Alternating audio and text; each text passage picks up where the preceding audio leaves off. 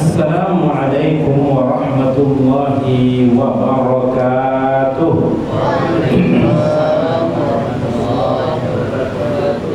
Alhamdulillahilladzi allafa baina qulubina kama allafa baina qulubil muhajirin wal ansar hatta yakunu ikhwatan mutahabbina fillah. Walhamdulillahilladzi allafa baina qulubina fa asbahna bi ni'matihi ikhwana.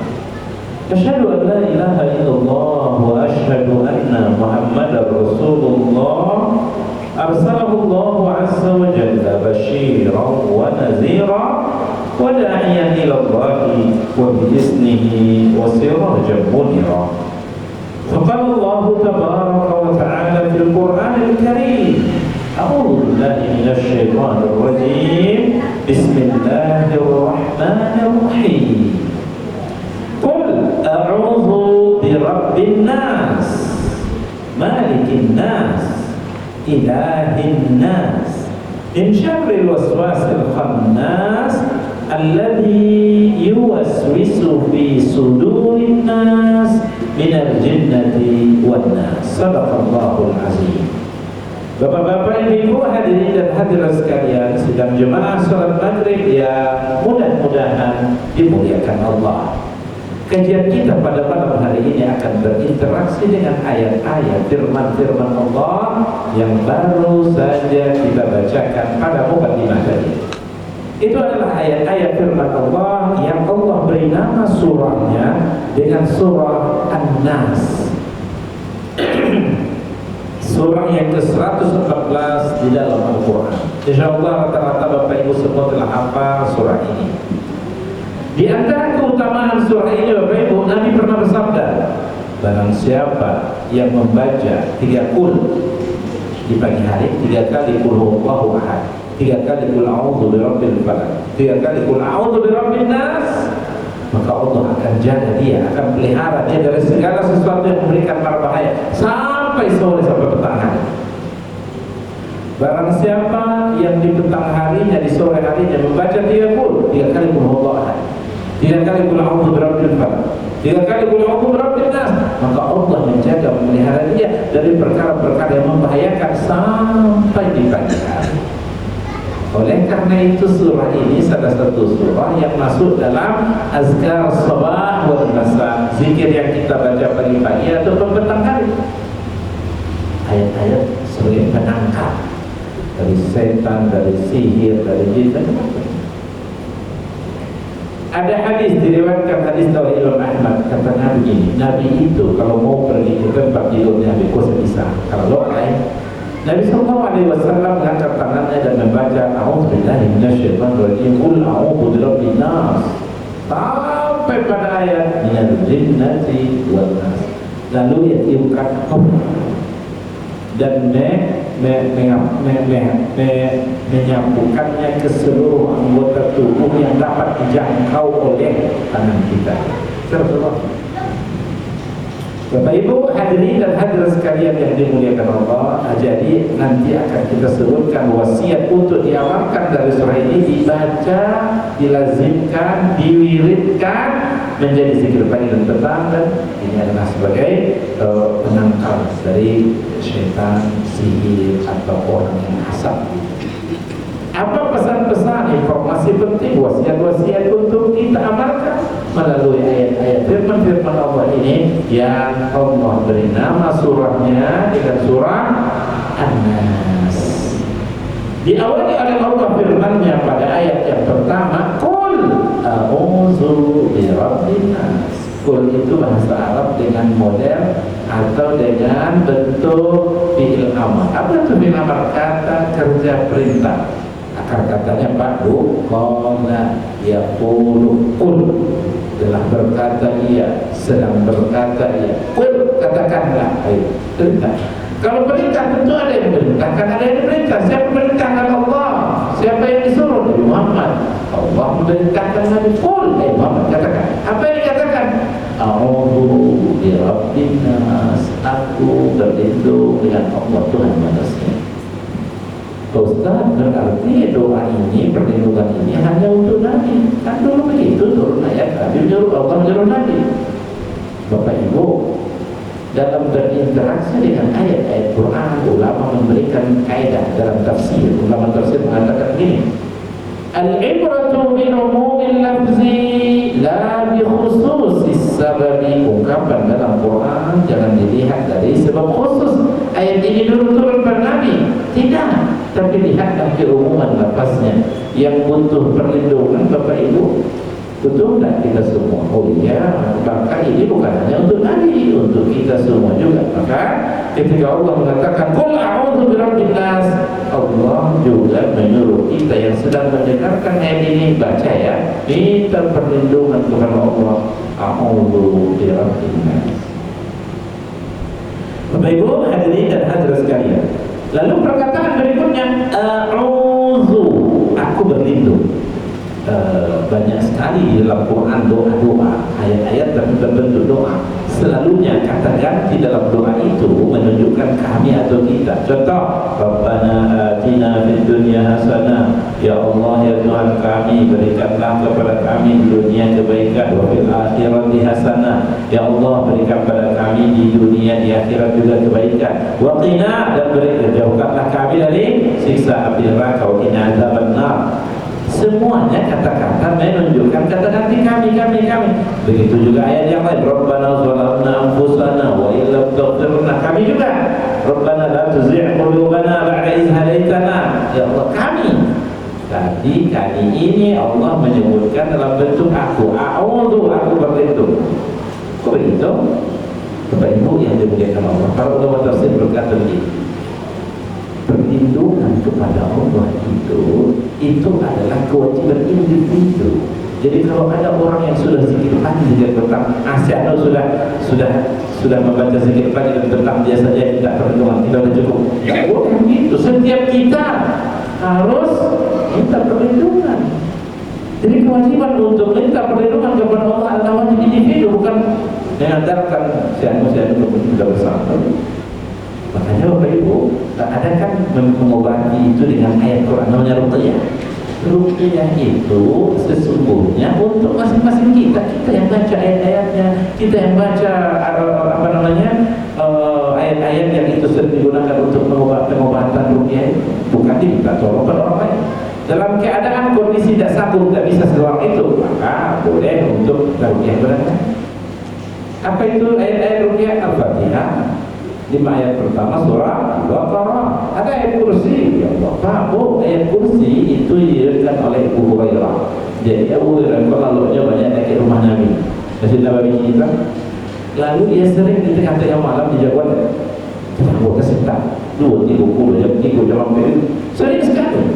Lalu dia mendengarkan ada orang yang mengarahkan, mau tak kutunjukkan supaya kamu tidak diganggunya lagi. Mendengarkan oleh Allah. Apa ini? Dibaca. Apa yang dibaca? Ayat kursi. Dibaca oleh Allah.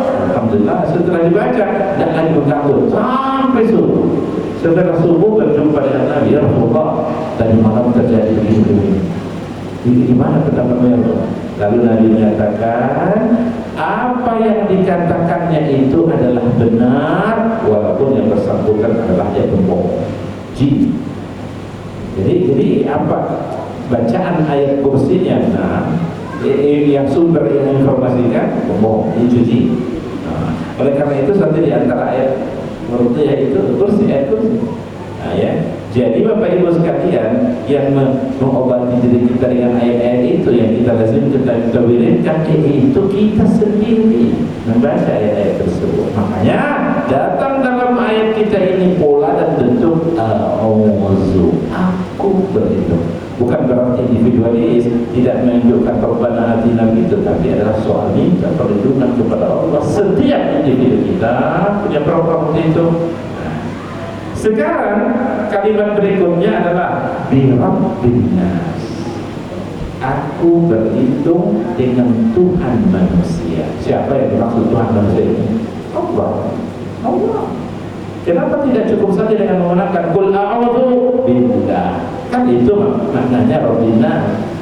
Iya, itu maknanya. Tapi Allah tidak menggunakan kata Rabbul Jalalah, namanya Allah. Tapi Allah menggunakan kata Rabb. Bapak Ibu yang dimuliakan Allah, dari awal-awal Nabi diangkat menjadi Rasul, Nabi tidak serta-merta menyebutkan namanya. Seringkali Allah hanya menyebutkan dengan sifatnya dalam makna Rabb. Qul a'udzu birabbin nas, qul a'udzu birabbil falaq. Rabb kan?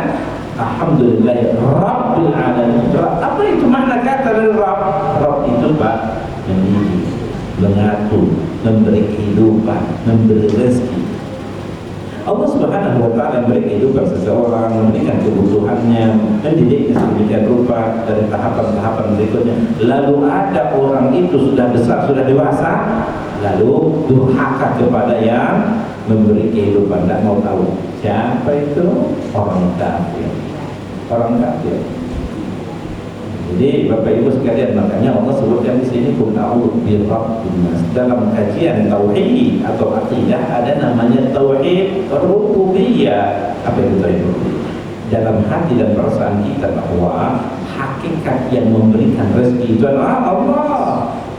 Bapak Ibu, memang pekerjaan kita macam-macam. Ada yang ASN, ada yang buka kedai pagi hari, lalu ada orang yang datang belanja, keuntungan yang kita dapat.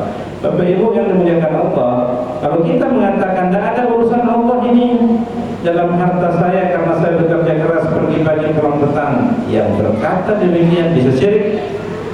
Kenapa? Ada orang yang buka kedai tiap hari rugi pada saudara, ya kan?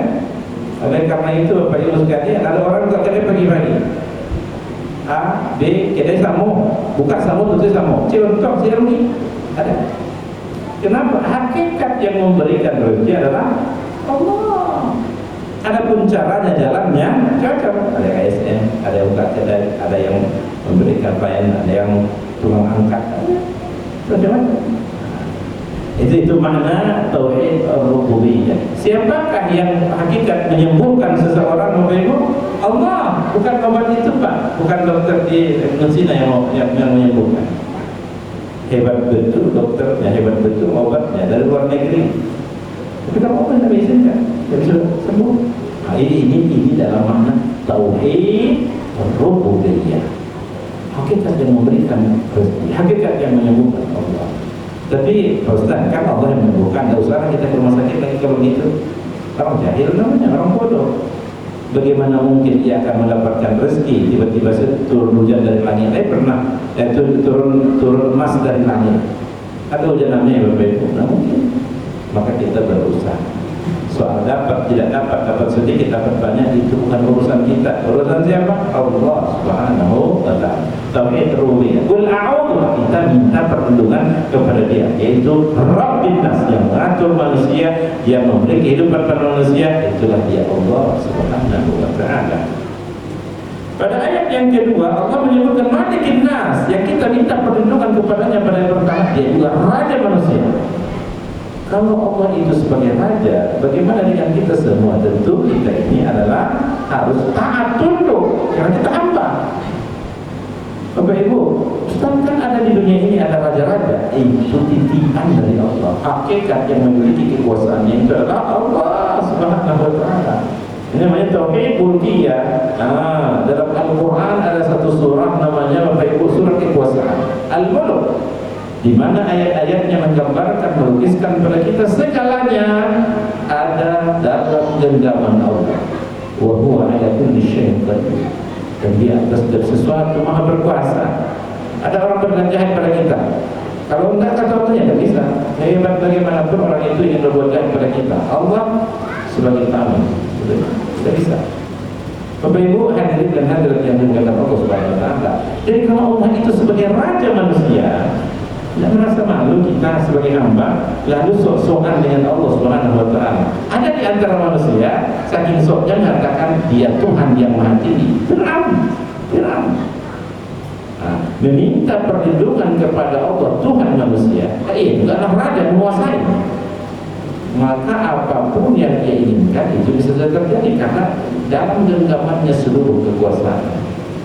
Yang ketiga, Allah Subhanahu wa taala menyebutkan bahwa kita minta perlindungan kepada Tuhan manusia yang merupakan ilahin nas, yang disembah. Tauhid uluhiyah. Apa maksudnya tauhid uluhiyah ini? Dalam syahadat kita ada namanya asyhadu an la ilaha illallah, bahwasanya tiada Tuhan selain Allah. Wa anna Muhammadar Rasulullah, dan bahwasanya Muhammad itu Rasulullah. Allah itu ma'bud, yang disembah. Kita ini adalah yang menyembah. Allah itu disembah. Bapak Ibu, jadi perkataan dalam syahadat itu tidak ada Tuhan. Kan begitu bahasanya. Tidak menyebutkan Allah itu Tuhan. Tidak begitu. Karena Allah itu Tuhan bisa berkemudian lagi Tuhan-Tuhan yang lain. Sekarang tidak. Diawali syahadat kita itu dengan menafikan seluruh Tuhan yang disebut, yang dianggap oleh manusia. Apa saja Tuhan yang pernah dianggap manusia? Pohon. Ada yang dianggap manusia Tuhan itu batu. Ada yang dianggap manusia Tuhan itu berhala. Ada yang dianggap Tuhan itu oleh manusia dinding. Macam-macam. Maka kalimat ini menafikan. Bapak Nabi semua ada itu. Namanya la ilaha, tidak ada Tuhan. Pak Bu, kalau ada di sawah kan macam-macam rumput itu. Ilalang, rumput kete-kete, rumput gadang, rumput payah dicabut, mulai dicabut, macam-macam. Maka oleh karena itu semua rumput itu babat. Lalu bagaimana? Setelah dibabat harus ditanami. Apa yang mau ditanam oleh kita? Ya, kalau di sawah itu padi. Yang ditanam setelah ditiadakan semua Tuhan ini kecuali Allah. Itu menunjukkan bahwa kalimat dengan demikian satu-satunya yang layak patut disembah dari apa yang pernah disembah orang, berhala, dinding batu, kayu, yang patut untuk disembah satu-satunya adalah Allah. Lalu bagaimana? Kalau semua tadi telah dibabat rumput itu ditanami, satu-satunya yang ditanam adalah tadi. Ya tentu dijaga, dipelihara, waktunya. Saya kalau tumbuh rambut yang lain, jadi berikan rambut yang lain itu rumput yang lain siangnya, supaya berhasil ini. Selama kita dunia akhirat, maka khurafat-khurafat yang merusak tentang illallah harus dijaga, dipelihara, ditanam, dididik. Iya ini. Pak Bu, kalau kita mengatakan begini, tidak ada Tuhan, stop sampai di situ. Apa yang terjadi? Ateisme, komunisme. Tidak ada Tuhan, lalu tidak disebutkan yang patut disembah. Sampai situ saja. Dibabat habis rumput. Coba aja. Tumbuhnya rumput lain. Coba. Kita tak itu rumput yang ada di sawah dibabat semuanya. Lalu tak pernah ditanam dengan tanah. Coba dan saya lain. Maka tumbuhnya tumbuh-tumbuhannya yang liar. Liar. Ketika kita mengatakan tidak ada Tuhan, sampai situ saja. Tidak sempat mengatakan illallah kecuali Allah yang disembah, maka itu namanya ateisme, mengatakan tidak pernah ada Tuhan di dunia. Kita tidak begitu. Kita ini yang percaya adanya Tuhan kecuali Allah. Itu satu-satunya Tuhan yang disembah adalah Allah. Makanya seperti yang menanam padi tadi, tanpa ini berhasil tidak pada itu, ini menyambi, ini berhasil tidak 110 hari. Iya, kalau begitu ada yang mengganggu dari rumput-rumput cabut menyanyi namanya kan sekian minggu atau sekian bulan. Ada hama, semprot, Bapak Ibu. Lalu setelah kita tanam illallah kecuali Allah, oleh karena itu yang dilakukan apa? Ilmui, berjawab. Sehingga apapun yang mampu untuk merusakkan tentang kecuali Allah ini, ketuhanan ini bisa kita eliminasi kan? Oh, ada khurafat, ada hal-hal yang merusak kepada Tuhan Allah itu. Kita jaga. Saatnya dipupuk, diberi ilmu. Itu sebabnya bagus dalam akidah mempelajari tentang Allah, bukan mempelajari zatnya ya. Tanda-tanda bukti-bukti kekuasaan Allah itu kita pelajari. Itu hukumnya wajib. Firman Allah dalam Al-Quran berkata begini, fa'lam annahu la ilaha illallah. Tahunya kita ayat ini kan dibaca untuk zikir ratib orang tarikat, la ilaha illallah. Alimu ini pertama nuri la ilaha illallah. Tapi kalau setelah ini la illallah, Allah. Itu tidak tepat. Ayat itu bagus maknanya, syahadat zikir yang paling terbaik, la ilaha illallah Muhammad Rasulullah. tidak ada Tuhan selain Allah, Muhammad itu Rasulullah, itu zikir. Pak Bu, kalimat Al-Quran fa'lam itu artinya perintah, ilmuilah, pelajarilah. Apa yang dipelajari? Tentang tiada Tuhan selain Allah. Itu tidak ilmu tauhid, harus dipelajari supaya kita tidak dalam hidup ini orientasinya jelas. Supaya tadi padi ditanam, padi ini bisa menghasilkan, supaya kita selamat dunia sampai akhirat pun selamat. Karena apa? Illallah, Tuhan satu-satunya disembah adalah Allah. Kalau ada hal-hal yang membuat rusaknya akidah ini, kita jaga, kita pelihara, kita singkirkan. Ada rumput-rumput, cabut, waktunya disemprot-semprot. Itu kira-kira itu kita belajar. Fa'lam, apa yang kita disuruh, la ilaha illallah. Itu tadi tidak ada Tuhan selain Allah. Bapak Ibu hadirin dan hadirat sekalian yang dimuliakan Allah Subhanahu wa taala, ada hadis Nabi. Ustaz, yang belajar Allah itu tanya di mana letaknya Allah itu? Aku belajar dari asal-muasalnya Allah itu bantuan. Bukan, Nabi Muhammad bersabda, untuk mempelajari Allah itu dengan tata cara yang Allah tunjukkan, yang Nabi lakukan. Pada kalian sekarang tidak. Ini persoalan yang sensitif. Bagaimana caranya? Nabi Muhammad mengajak kita, tafakkaru fi khalqillah wa la tafakkaru fi zatillah. Berpikir, ilmui, telaah tentang ciptaan Allah. Wa la tafakkaru fi zatillah. Sekali-kali jangan pikirkan, jangan pelajari tentang zatnya Allah. Apa bentuk Allah? Dia tangannya apa? Matanya apa? Zatnya apa? Jangan. Nabi Muhammad mengatakan, fa innakum la taqdiruna qadrahu. Kalian tidak akan sanggup sampai mengetahui sampai ke tahap itu. Itu Bapak Ibu coba-coba mencari zat Allah terima itu banyak yang seperti demikian. Kita disuruh oleh Allah mempelajarinya dengan perhatikanlah alam semesta. Tadi di rumah tadi, siapa yang bisa menjelaskan itu? Jadi taruh modal lampu apa? Seluruh alam semesta nampak. Dia beri lampu ziko jarak sekian meter itu nampak lah. Ini siapa yang menciptakan? Kok bisa menjadi Allah? Di atas kita ini banyak sekali peran-peran lain, ratusan mungkin miliaran, tapi ini tidak ada tabrakan. Kok bertabrakan balik hukum? Siapa semua yang menciptakan itu sedemikian rupa? Tentu ada yang menciptakan, Allah. Kan tidak nampaknya. Kalau nak nampak, tidak bisa kecaan. Tak ada. Bapak Ibu hati-hati mengatakan kita tidak nampak bukan berarti tidak ada. Banyak sekali dalam kehidupan kita ini nampak tapi ada. Makanya ada namanya rukun iman, walladzina yu'minuna bil ghaib, beriman dengan hal-hal yang lain. Saya yakin Bapak Ibu di ruangan masjid ini ada udara. Baik, mana? Nampak tak? Tapi dapat dirasakan. Bapak Ibu bisa hidup tanpa udara. Kok ada udara? Matilah sana. Bapak Ibu, pada lampu awalnya ada dia dapat bahwa dalam itu ada arus. Tak nampak ada proses nampak. Orang yakin lah. Kan tak mungkin kalau Bapak Ibu kita buka kabel terang. Pakcik. Lah pingsan baru minta komentar. Pingsan komentar, tak bisa komentar. Bapak Ibu tidak kelihatan oleh kita, bukan berarti tidak ada. Ini menunjukkan secara teori ilmiah pun sebenarnya apa yang menjadi keyakinan kita dapat diterima. Itu sebabnya Allah mengarahkan kita dalam mengetahui tentang keberadaan Allah itu adalah dengan berfikir. Tafakkaru fi khalqillah, berfikir tentang alam ini, maka kita akan menemukan di sebaliknya ada sang pencipta. Nah mungkin tiba-tiba pasti ada yang berkehendak, itu namanya iradah. Pasti ada yang berkuasa, itu namanya Allah. Ya.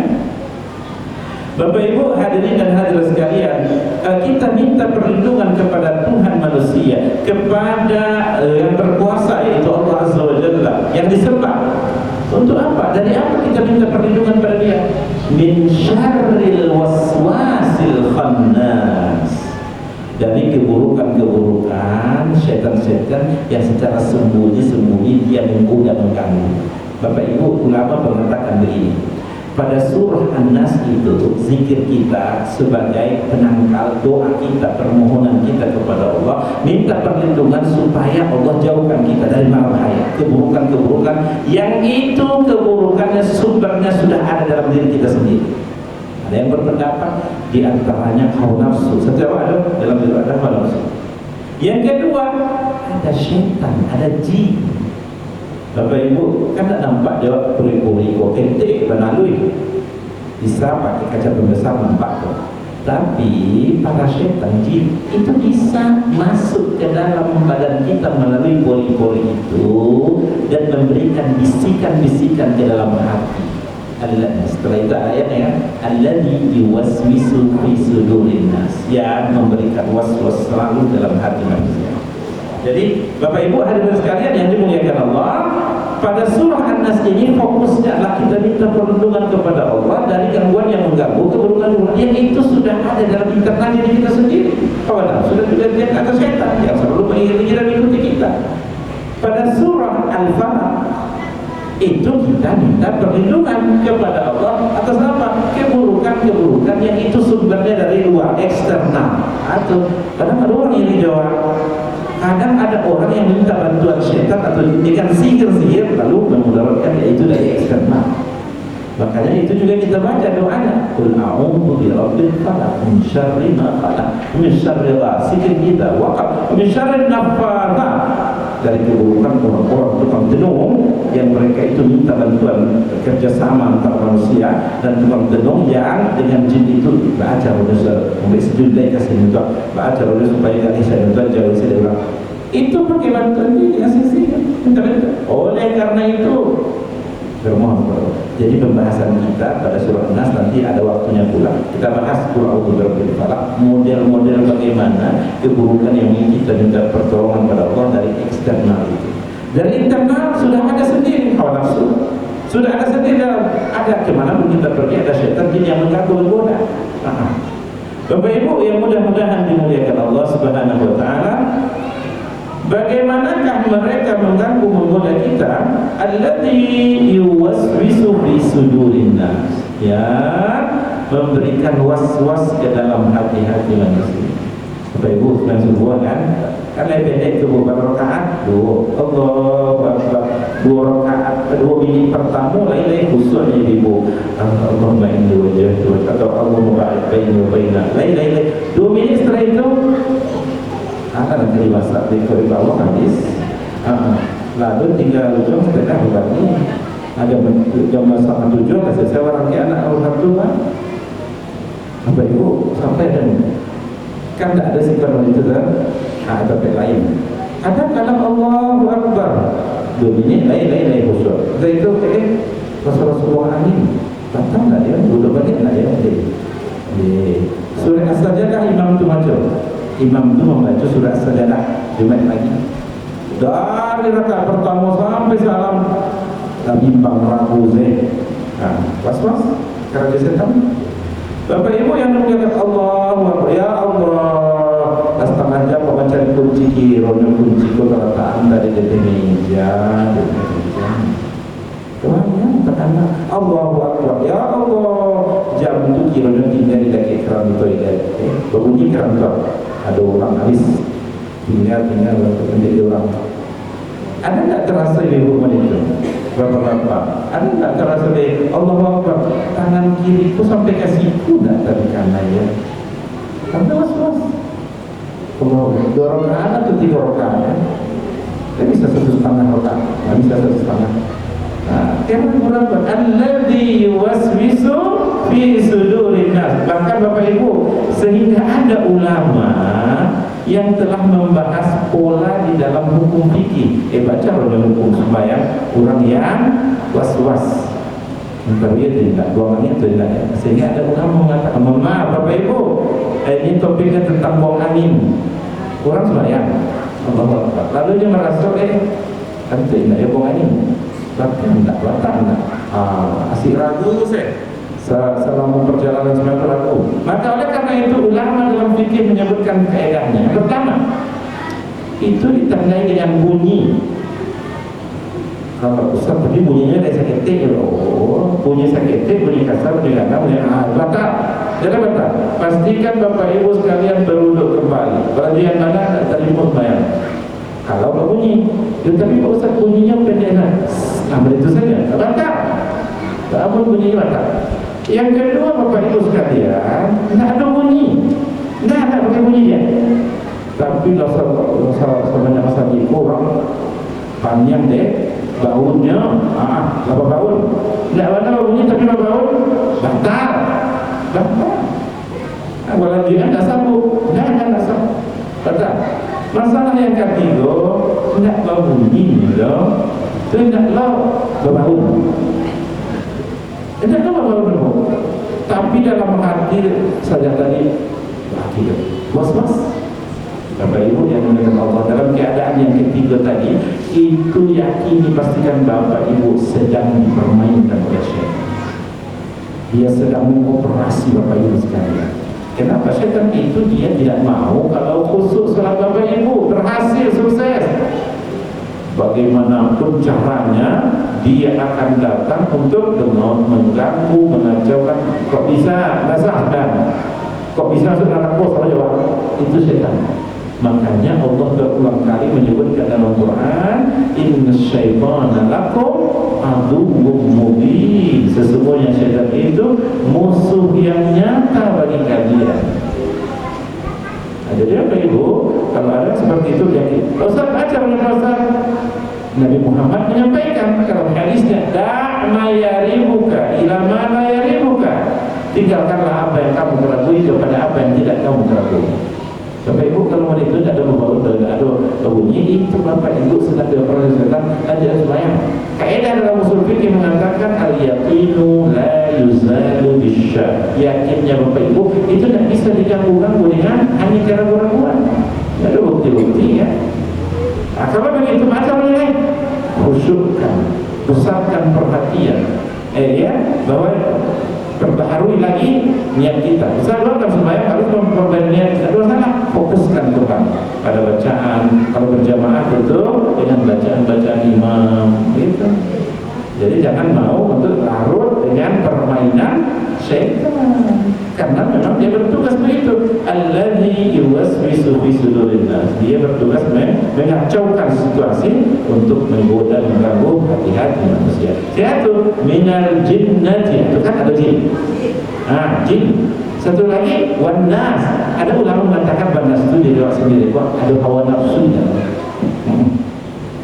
Bapak Ibu, jin saya ada jin itu berbagi. Allah sendiri menyebut ada jin. Dalam ayat yang lain Allah berfirman, wa ma khalaqtul jinna wal insa illa liya'budun. Tidak kami ciptakan jin dan manusia kecuali untuk menyembah Allah. Jadi ada jin, ada manusia. Jadi kewujudan jin tidak bisa dibantah. Memang Allah menyebutkan ada.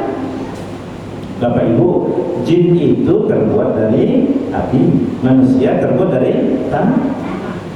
Nah, kalau tanah apa? Kalau dari tanah, di tanah sini, itu manusia, tanah adem, bakul. Tapi kalau api, sifat api, kalau lekete, aman dipermain-mainkan anak-anak kapal api dan menjadi. Tapi kalau kadang kami orang tua, tidak bisa dipadamkan yang positif, tidak bisa itu, harus pakai pemadam. Dan sifat api itu berkobar-kobar.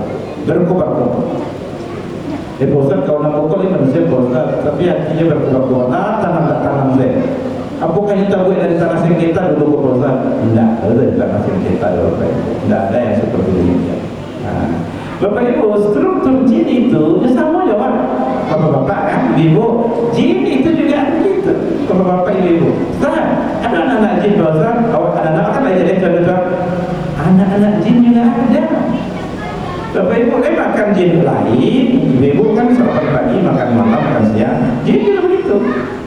Apakah bukan lontong sayur makanan jin? Nabi Muhammad pernah mengatakan makanan jin itu adalah kita dilarang beristinja menggunakan tulang belulang. Jo istinja apa? Air. Jo lain batu. Jo lain tisu kan dari kayu kan? Dari tisu dia. Kalau daun-daun hati-hati kalau dilapang betul, dan nggak kenal dilapang bahaya kan. Dan tidak dibenarkan kita istinja menggunakan tulang belulang. Betul, pernah lihat? Kata Nabi, karena itu adalah bahagian dari makanan saudara-saudara kita dari bangsa jin. Bapak Ibu, jin ada yang taat, ada yang kering. Sama jawab. Ada kemasan jin yang begitu. Tapi Nabi pernah mengatakan jangan sampai ia hadir dalam bentuk istri kalian, jangan sampai ia hadir dalam bentuk suami kalian, jangan sampai ia hadir dalam bentuk anak-anak kalian. Artinya perangai-perangainya, sifat-sifatnya dirasuki oleh jin. Itu kan. Bapak Ibu hadirin sekalian yang dimuliakan Allah, untuk menangkap itu Pak Bu, maka kesimpulannya baca, zikirkan, wiridkan surah ini.